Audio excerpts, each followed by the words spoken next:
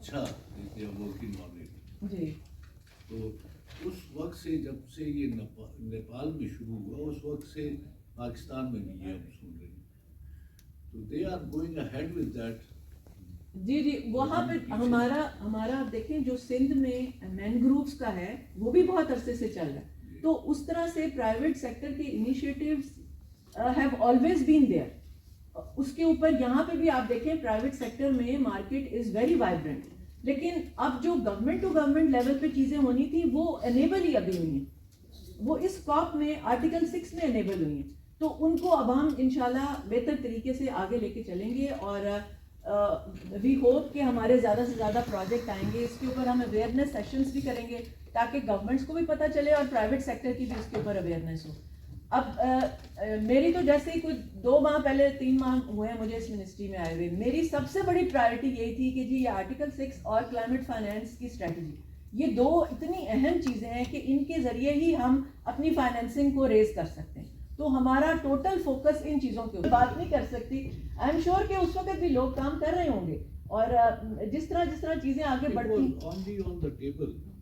جی آ کے سیمینارز بات جی ٹائم بھی ویسٹ ہوتا بھی کچھ نہیں. جی نہیں انشاءاللہ اب آپ دیکھیں گے پیسہ بھی کہتے ہیں, پیسہ بھی پیسہ سب سے زیادہ ہمیں دیکھنا چاہیے کہ پاکستان نے اچیو کیا کیا اس کانفرنس سے, ہم کیا حاصل کر کے آئے. ایکسپینڈیچر تو سب آپ نے ڈیٹیل میں ہمیں بتا دی, لیکن اصل بات یہ کہ ہمارا کوئی ایگریمنٹ میں سے نہیں تھا, ہمارا کوئی ایگریمنٹ ہوا بھی ہے.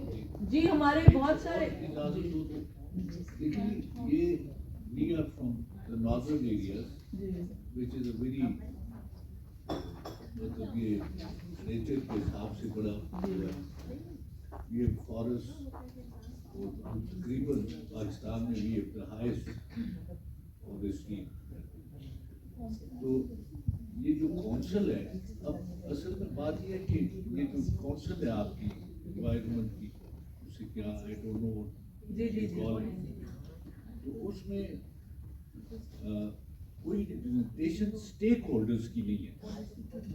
اٹس اونلی بیوروکریٹک اور جو منسٹریز ہوتی ہیں ان کا کچھ ہوتا ہے, اور یہ اسٹیک ہولڈرز ہیں جو ہمارا کوئی ریپرزنٹیشن نہیں ہے اور گراؤنڈ ریئلٹیز وہاں پہ ڈسکس نہیں ہوتی. جی اس میں یہ ہے کہ پروونشل ریپرزنٹیشن تو چیف منسٹرز کے ذریعے ہے, جو ہماری پرائم منسٹر جس کاؤنسل کو ہیڈ کرتے ہیں. چیف منسٹر فرام یہی خان, چیف منسٹر فرام چرسدا, انہیں کوئی علم نہیں ہوتا. انہیں گنے کا پتہ ہوتا ہے, گندم کا پتہ ہوتا ہے, ان چیزوں کا فارسٹری سے ان کا کوئی واسطہ نہیں ہے. We live in those areas and we are members of that areas, representatives ہیں. تو اس میں کچھ ایسے یہ اس کمیٹی کی طرف سے سفارش آنی چاہیے کہ اسٹیک ہولڈرز جو ہیں وہاں سے جو ریپرزینٹ کرتے ہیں ان کی بھی نمائندگی ہو.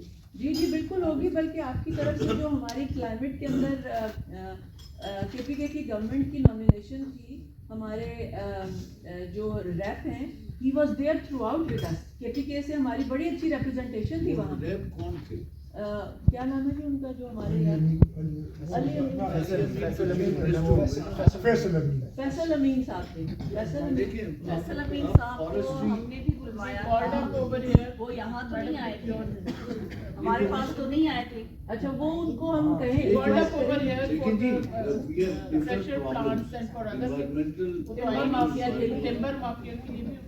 ہاں اچھا